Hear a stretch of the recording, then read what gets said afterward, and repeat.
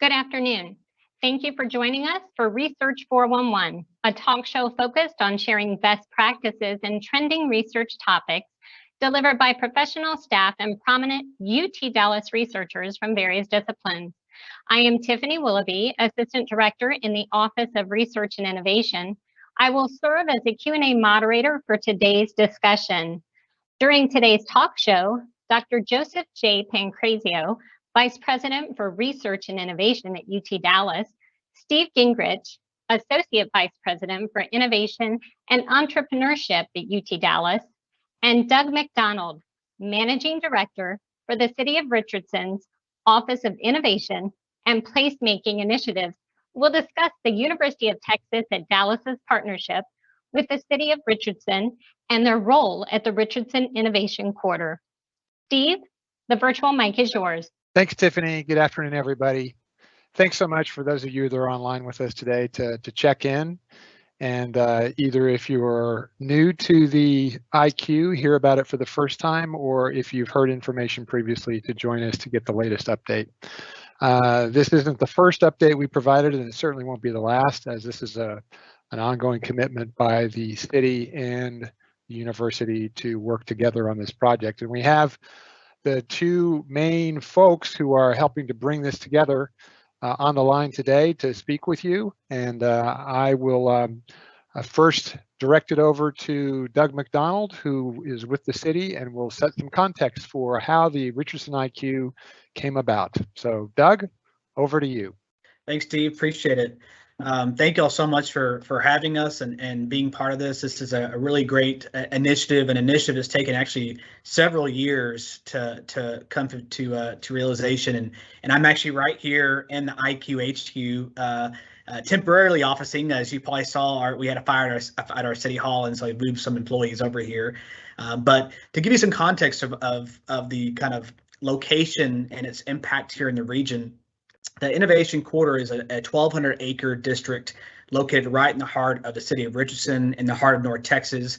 Over 1,000 businesses, over 19,000 employees kind of make part of that innovation district. And these buildings in this area are really the supply chain businesses from the telecom corridor days that really supported the larger companies. And so as we move into this next innovation, this next era of innovation, we now see these buildings in this area really being prime locations for startups and for businesses looking to scale up. The 1,200-acre district is actually located just about a 10-mile drive from University of Texas at Dallas in Richardson. Right down Campbell Road, you take Campbell down to Collins, go across the bridge on US 75, and you are right there in the heart of the Innovation District. The IQ building actually was taken ownership by the City of Richardson back in 2001 and has a history of startups and entrepreneurship. It was actually an incubator that was run by the city as well as nonprofit to help out with starting businesses to be able to grow here in Richardson.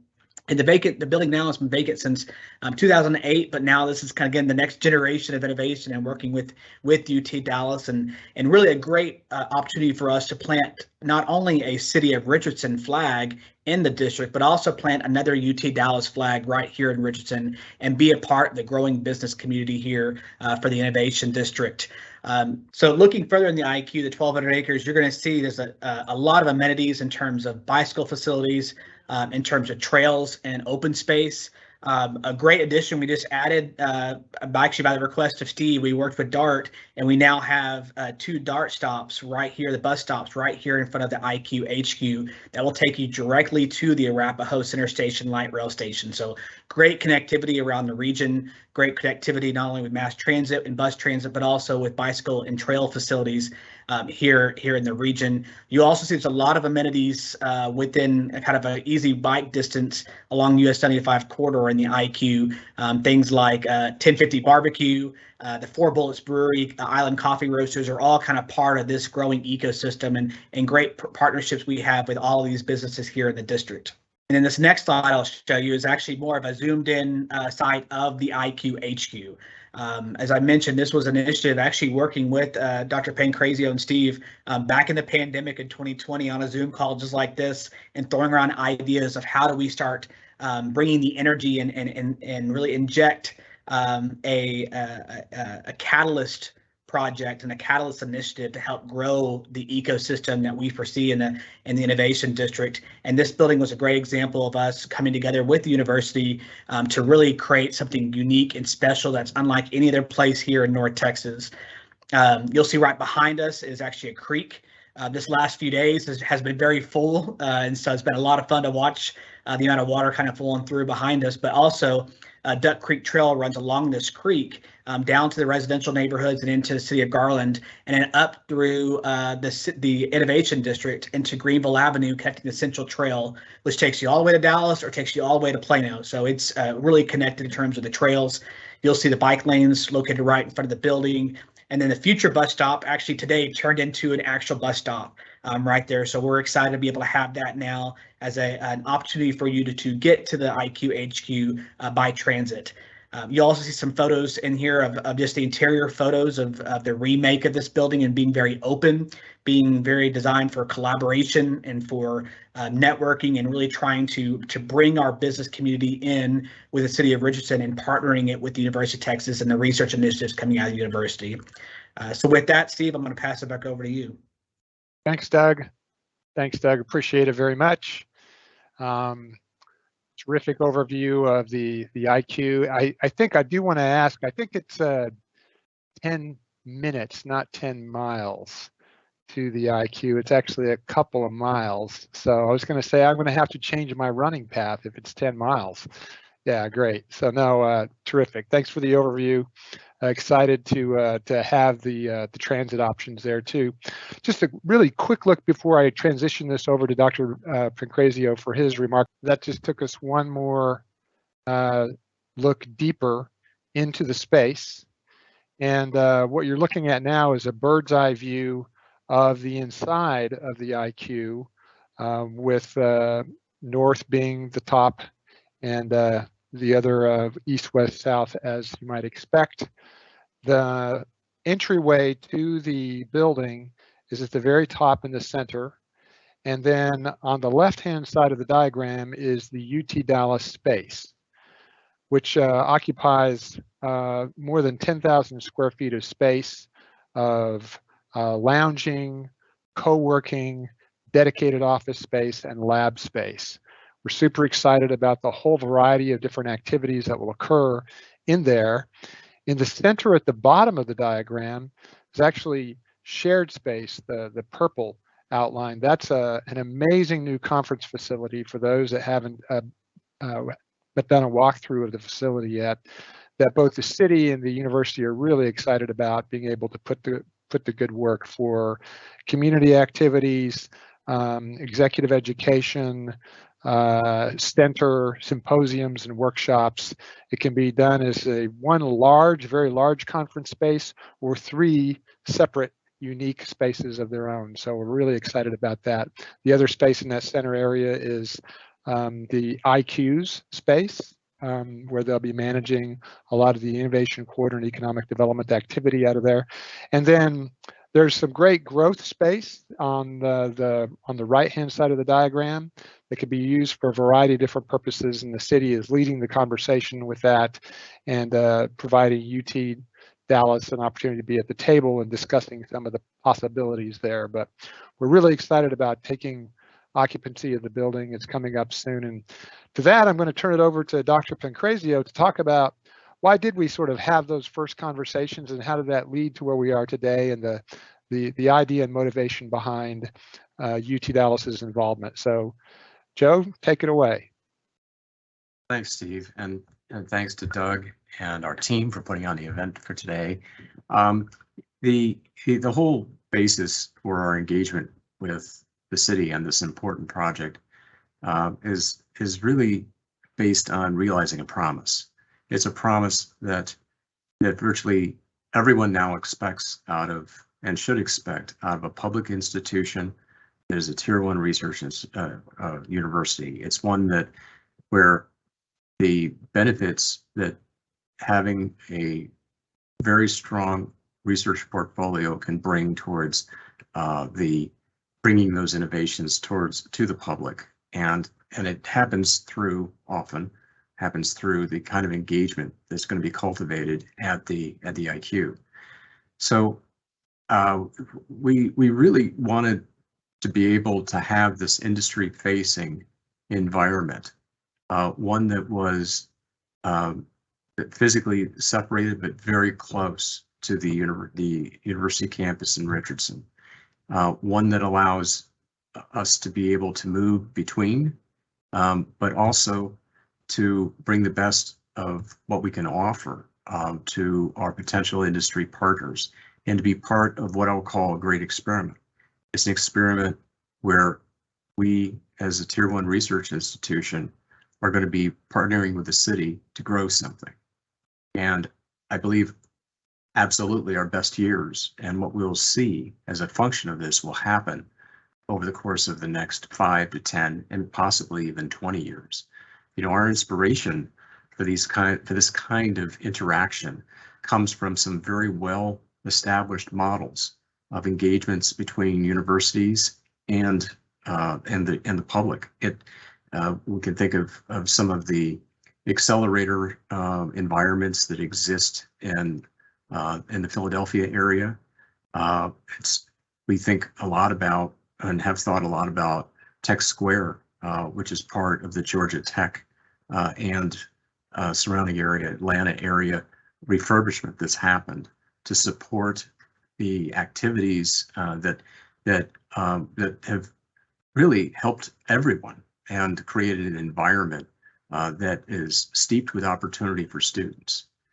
You know, at the end of the day, I expect that we are growing future employers for our students. We're growing collaborators. We're growing the partnerships that are going to be helping us to ultimately fulfill part of our strategic plan, which is to be an economic engine for the region.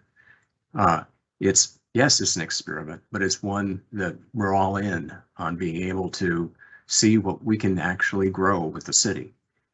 It's one that we've hit the timing is excellent. We have tremendous investments in technology, things that essentially are part of the STEM blood of the university. And we have really the opportunity at the IQ to work with new businesses, help develop them, to partner in ways that on a range of different topics, from applied artificial intelligence, mobility automation, surgical innovation, drones.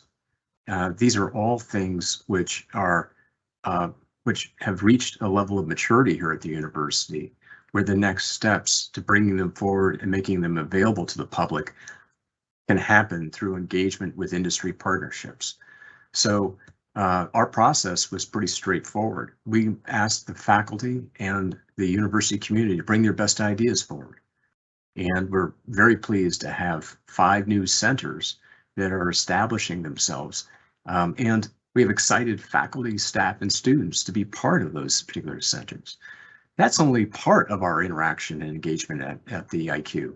We'll be having a variety of different programming events that leverage what we have been doing in entrepreneurship and innovation. I would imagine some of our Blackstone Launchpad activities will also be occurring at the IQ site. So I think we're just starting to scratch the surface of all the possibilities of ways in which we can engage with industry partners. In the past, it meant everyone coming to our campus in Richardson. Well, we're too big for that now. Okay, our flag, basically the sun should never set on our flag. And by having a location where we can be more industry facing, that's going to be driving interactions through the IQ, and especially the IQ headquarters, I think that it's just going to create a tremendous number of opportunities for our faculty, staff, and students to be part of that economic engine experiment. So very excited about what the future holds, and we're certainly, and I would expect to those that are university members of, it might be on a call and they're thinking about their ideas that they have for what could be done at the IQ. We're just getting started. This is the seed that we're starting. There'll be more seeds. There'll be more opportunities to bring your best ideas forward. We just need to get these going and get people in place and start this great grand experiment. I'll turn it back over to you, Steve. Thanks so much, Joe. We know that there are a lot of questions about the IQ because we get them every time we talk about it.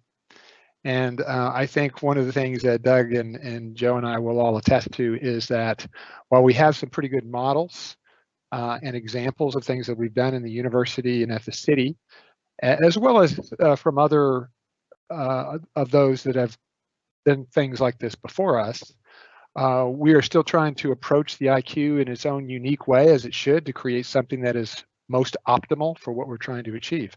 So we really want to open up the time, the maximum amount possible in the rest of the session to questions that you all have in the listening audience, and remarks, comments that you'd like to share about thoughts that you might be interested in having us just talk about related to some part of the Innovation Quarter and what the city's hoping to achieve, what UT Dallas is hoping to achieve, what we hope that you all who are part of the audience that we hope makes use of it would like to see and achieve at the IQ. So open up for questions, eager to hear any comments or thoughts on what we discussed so far and maybe what we haven't talked about that you'd be interested in learning. The first question is, when will the general public have access to the IQ? Will the general public have access to the IQ? If so, when? And Doug, make sure that you're off mic too so that you can answer this. I can speak to the UT Dallas side for a moment and kind of how we're intending to operate, at least as our starting position, the UT Dallas component of the IQ, and then Doug, you can speak about the public more broadly. We're planning on operating the UT Dallas presence at the IQ like we would our other venture and innovation spaces.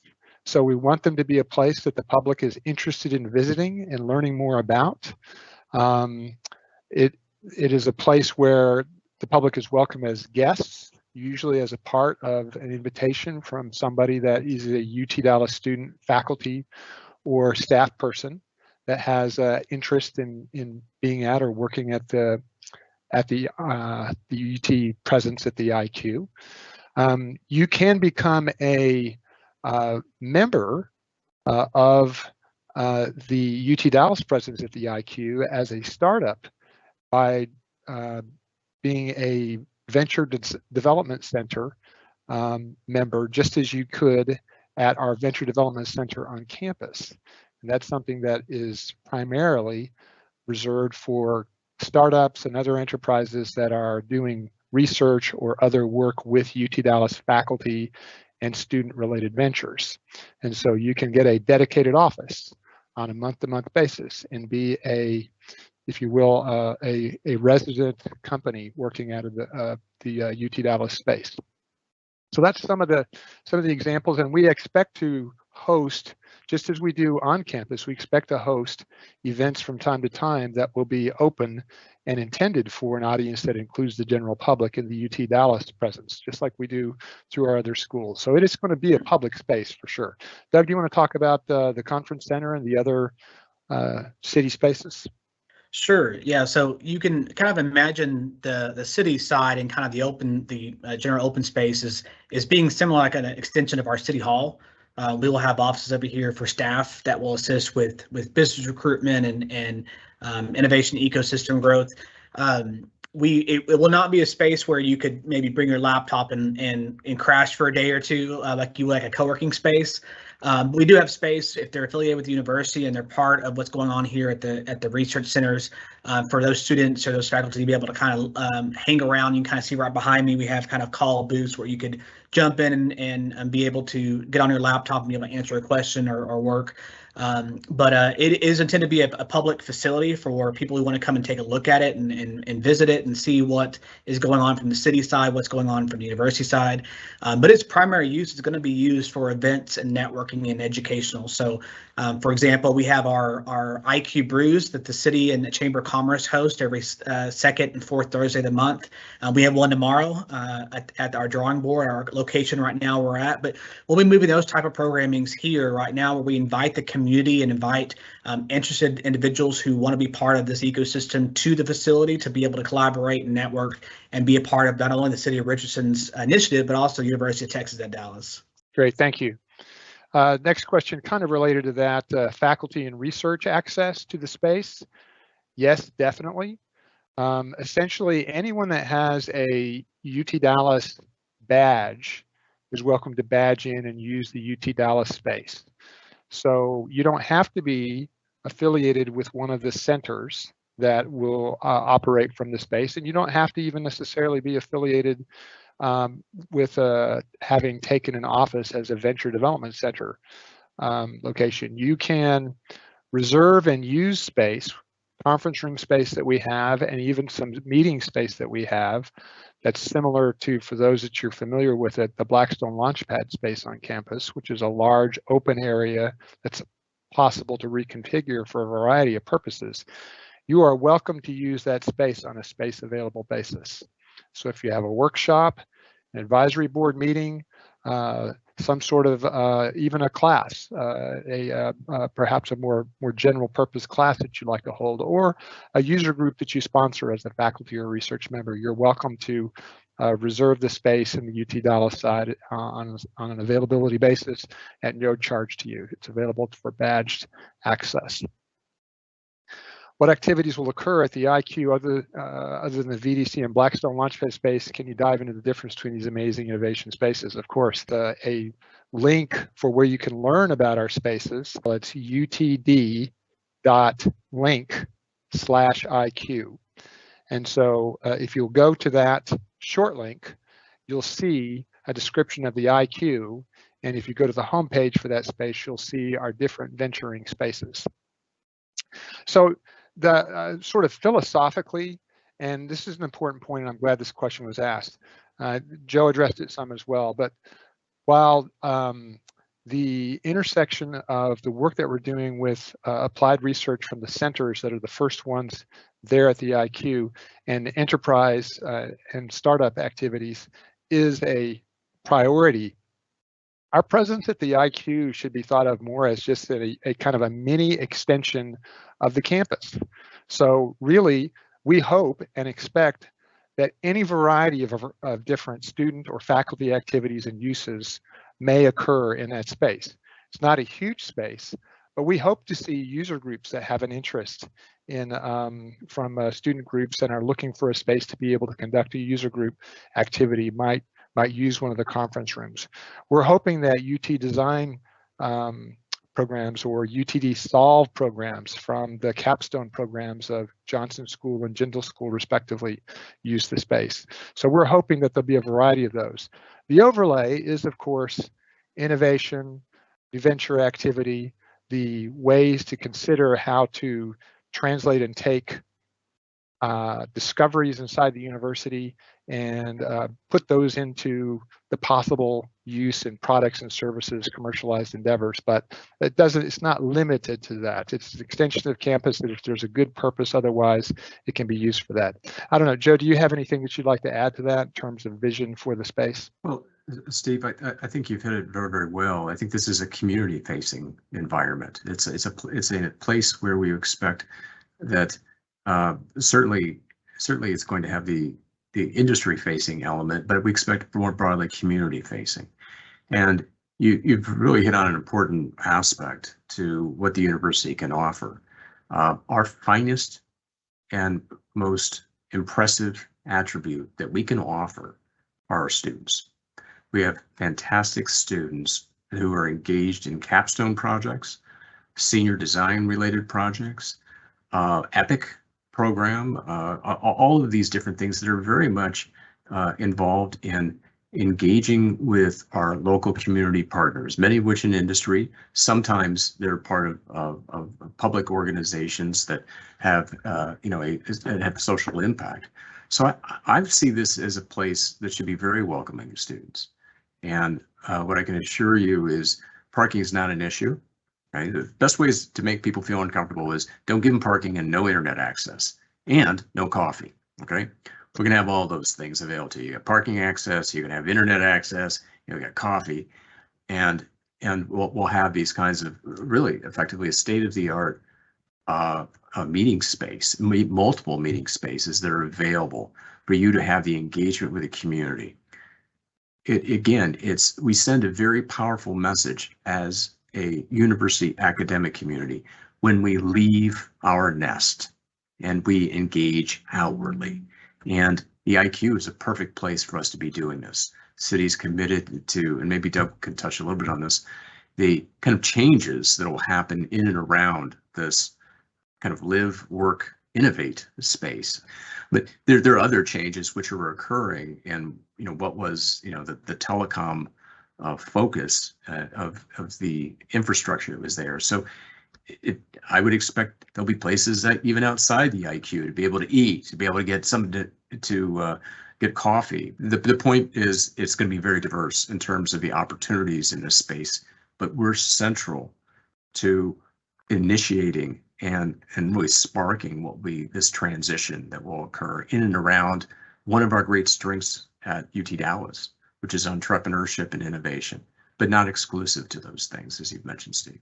So Doug, you can tell us a little bit more about what else will be in and around the IQ? Yeah, no, appreciate it, Joe. So one of the things, as Joe mentioned, it's a 1,200 acre district. It is fully built out, so it is full redevelopment. We have several different nodes of activity and kind of catalyst projects, for example, that are intended to kind of kick off certain areas and start that redevelopment process. So we have a really great example right there at East Side, right here in the IQ, that has a lot of restaurants and a lot of living mixed together in there along with kind of Central Plaza. But one of the other big projects we're working on is actually the Arapahoe Center Station redevelopment. So that 14-acre site that is owned by DART, we have worked with DART to have that land leased to the city. And the city is now in the process of selecting a master developer to come in, and we will sublease it to that master developer. So what you see kind of that city line at the light rail station with State Farm, a lot of restaurants, a lot of activities, open plazas. You're going to see a lot of those similarities and similar context for the forum and the buildings and mix of uses at the Arapahoe Center Station as well. And the proximity to this building and the Arapahoe Center Station, and even potential for the Arapahoe Center Station to serve it as an extension or a phase 2, for example, of what this building can be, are all planned and all envisioned for future. So there's lots of little projects here and there that are kicking off. This will be the first really big project that we are opening up. That is kind of the first catalyst for that reinvestment to occur. The next really big project you're going to see is about a $25 million rebuild of Glenville Drive, which is the north-south corridor just to the west of this building, all the way from Campbell Road down to Arapahoe Road, will be completely rebuilt and redesigned. It'll have a lot more smart mobility and smart technology being put into the ground. We'll be taking out a driving lane and actually putting in another bicycle facility in addition to a wider trail with more lighting and landscaping, and really kind of being the feature corridor of the IQ and how other streets in the IQ will be rebuilt. And so one by one, you're going to start seeing a lot of kind of big projects kicking off. But this is really the first one for us to be able to kind of launch through and plant those seeds, plant those flags here, and really kind of create this unique clubhouse for collaboration and innovation to really grow. Joe, you have something to add to that? Well, yeah, I do. I'm curious, Doug, because you mentioned City Line, and City Line's really that's a really nice live, work, play environment with the restaurants and also living space. But there's hotels too, and I think about one of the major needs for UT Dallas is to have a conferencing facility, or that kind of hotel conference capable. Is that a facility? Is that something that has been discussed for the IQ? Most definitely. I think the pandemic hit the hospitality industry probably the most, and so it's taking a little bit more to rebound. Then more you say even office has been a little bit more difficult, but absolutely. So with the completion of the Silver Line, which will connect UT Dallas over to City Line. City Line has two really nice hotels there, the Drury Inn and then also the Indigo. As you go down to the south, you'll see we also have the Renaissance Hotel right there at Gallatin Park with the Eisman Center. So another really nice performance facility and hotel facility. So our hope is that at the Arapahoe Center Station, we have similar facilities, similar types of amenities with hotel and meeting room space and activities, something that draws people to the area, like the Eisman Center does. And so we definitely see that as part of the vision for the Arapahoe Center Station, and just a connection along the rail lines for the hospitality industry as well. Great.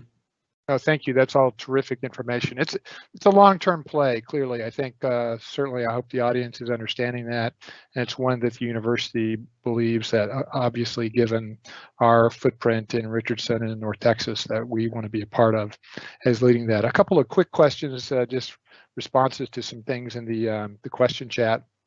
Grand opening date. There is a city opening of the facility contemplated for September 14th, Wednesday, September 14th, that we're driving towards right now, and excited to be a part of. That's a sort of a typical classic, maybe a little bit larger than normal, but mostly a classic opening that we're excited to be a part of with the mayor and city administration. There's a UT Dallas open house that we're planning for a little later in the semester in the fall, around the 1st of December. December 1 is the target date for that.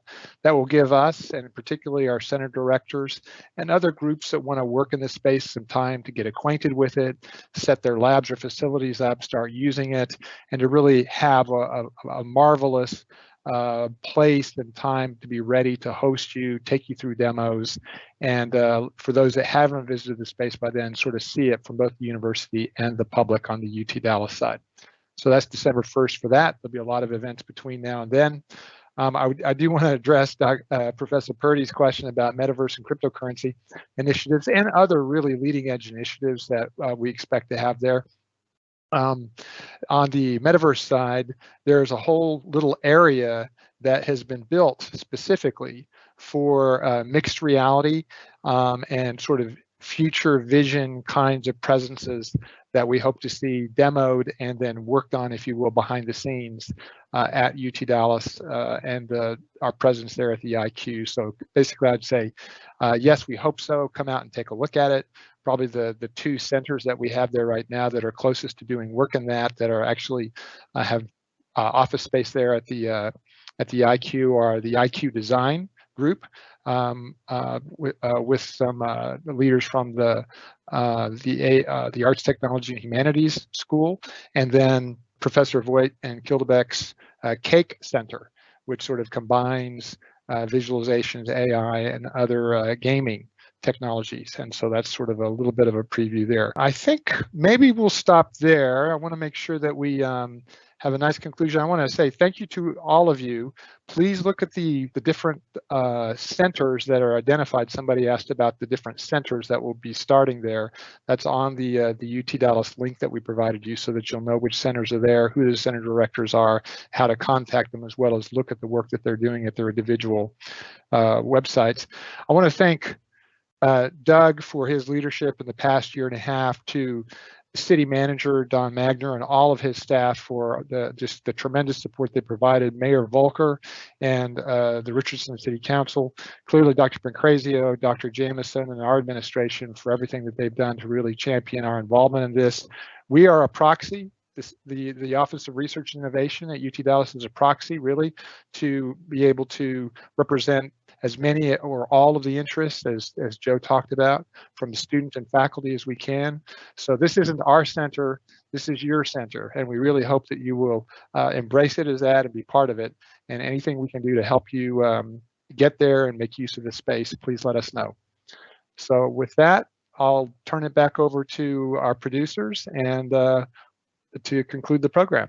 Thank you all. Thank you, Steve. From innovation to entrepreneurship and venture activity, a collaboration between the City of Richardson and the University at Texas at Dallas. Meet us at the Richardson IQ. Thank you again for joining us today, Dr. Pancrazio, Steve Gingrich, and Doug McDonald. Audience, thank you for attending our program today. And if you enjoyed today's talk show, please suggest it to a friend. To stay abreast of Office of Research and Innovation information and programming, please follow us on Instagram and Twitter and subscribe to our newsletter. Feel free to use your phone to scan the QR code on the slide or follow the links posted in the chat. We look forward to having you join us for an upcoming Office of Research and Innovation event. Thank you and have a nice afternoon.